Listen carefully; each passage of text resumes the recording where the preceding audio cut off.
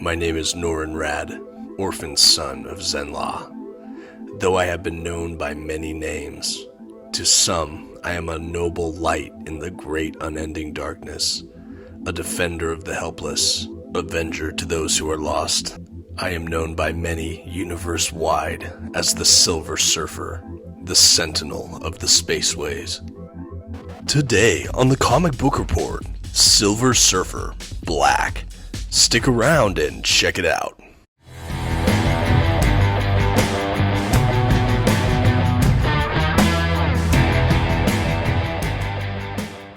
Greetings from the spaceways, everyone. My name is Dominic, and you're tuning in to the Comic Book Report, where we review comic books and graphic novels so you can get an idea of what to read. And today we're checking out a modern Silver Surfer miniseries in Silver Surfer Black by Donny Cates and Tradd Moore.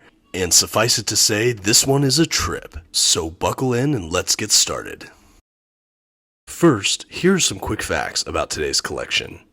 The issues collected in this volume were written by Donny Cates and penciled by Tradd Moore.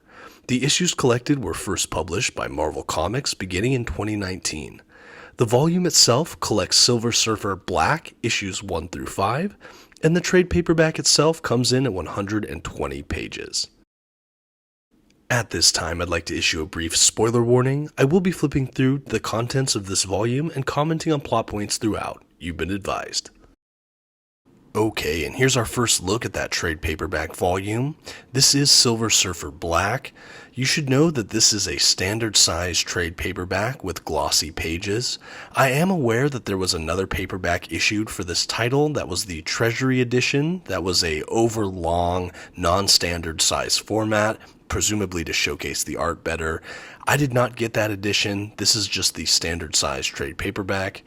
Already on the front and back covers, you get a little bit of a treat as to the art in this collection, but honestly, the cover doesn't even do it justice. The scope and grandeur of what Tradd Moore did in this volume is something next level.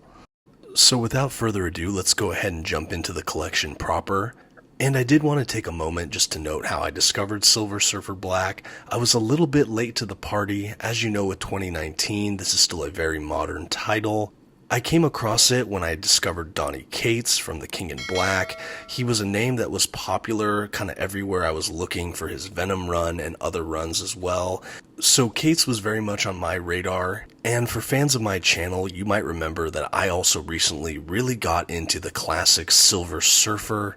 So when I heard there was a miniseries collected in trade paperback with Donny Cates and the Silver Surfer, this seemed like a no-brainer.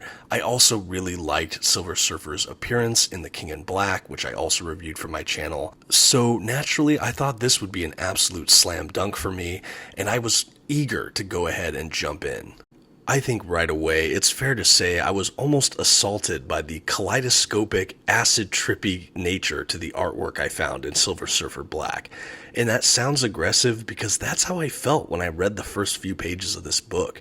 The vision that Tradd Moore presented in the pencil work here was just unlike anything I had ever seen, and it really pushed my limits as far as what I was capable of enjoying for a modern comic book miniseries. But it certainly didn't take long to really grow on me stylistically. It's absolutely jaw-dropping, and I can honestly say I've never seen anything quite like it. I felt really similarly when I looked at the art of Mike Allred for the first time. It was just something new and something very distinctive visually that I had not come across yet. So right from the jump, I thought that this was certainly going to be a compelling story, and it didn't disappoint overall, especially helmed by the awesome writer Donny Cates. That being said, I did prefer The King in Black overall, but this was still a very fun read. We have Norin Rad, who's already a very philosophically rich character, at a time where he's kind of in a state of repentance, I guess, kind of evaluating the sins of his past and who he is and who he wants to stand for and how he wants to be. This whole internal battle is kicked off after he's thrust into a black hole and has to fight against the void. Throughout the volume as well, we have the Silver Surfer kind of degrading, maybe. His cosmic power and silver sheen is kind of fading away, revealing this kind of black tone underneath. So we have a very clear visual sense of stakes as the story progresses, and he loses more and more of that powers cosmic. And speaking of cosmic, that's where this really shines as a kind of interstellar cosmic Marvel title. We have him encountering Galactus and Ego, the living planet. We even have an appearance by Null, the dreaded evil leader of the symbiotes who's seen in King in Black. And we have all these battles through time and space, which is of course rendered beautifully by the absolutely trippy graphics of Tradd Moore. For longtime fans of the Surfer as well, we even have an appearance from Shala Ball, and so many other touchstones of the Silver Surfer's past. I had read after the fact that this spins out of Donny Cates' Guardians of the Galaxy run, even insofar as them all going into a black hole. I don't know if reading that first would have given me a better sense of place and context in which to read this miniseries. Going in completely blind and from scratch reading this, I overall wasn't lost. I didn't feel like I missed too much. I think the biggest drawback I saw was the inclusion of Null. I think that felt a little pigeonholed for me. I know that that's part of the rich tapestry that Donny Cates has been writing through a bunch of his titles, culminating in The King in Black, of course. And I think it does make the inclusion in The King in Black even more meaningful as far as the Silver Surfer goes, having read the Silver Surfer Black title.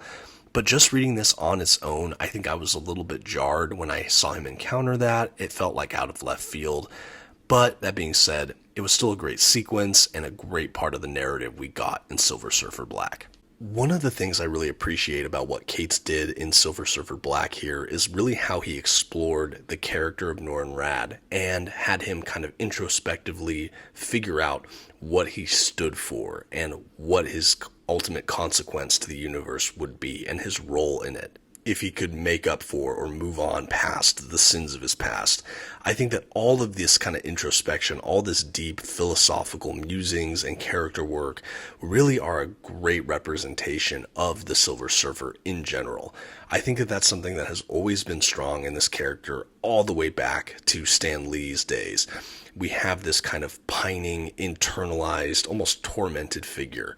And I think even when he's high-flying and having fun, if you lose that philosophical bend and that nature, I think that you miss something inherent to this character as a whole. So I'm so happy to see that explored in this modern miniseries.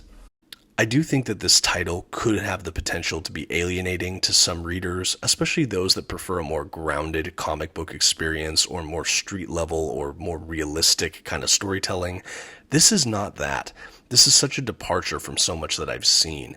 It is trippy, it is universal in scale, it is mind-bending graphically, and it leans on some areas of the Silver Surfer mythos that might not be common knowledge to most. But ultimately, Silver Surfer Black is certainly memorable, and there are some people that will pay the cost alone just for the artwork, or Donny Cates himself. And with that, let's go ahead and give this a grade. For its incomparable visual style and successful redemptive character arc, The Comic Book Report wants to give Silver Surfer Black by Donny Cates and Tradd Moore a B. This was a really good story with lush artwork, but it is a little bit alienating, and I could see it not being the most accessible to all. But for those interested, this abstract, modern Marvel is sure to be a must-read. Have you read Silver Surfer Black or Donny Cates' Guardians of the Galaxy run? Let me know in the comments below. And thank you for watching The Comic Book Report. On your way out, don't forget to leave a like and a comment, and maybe check out some of my other videos. Until next time, have a good one.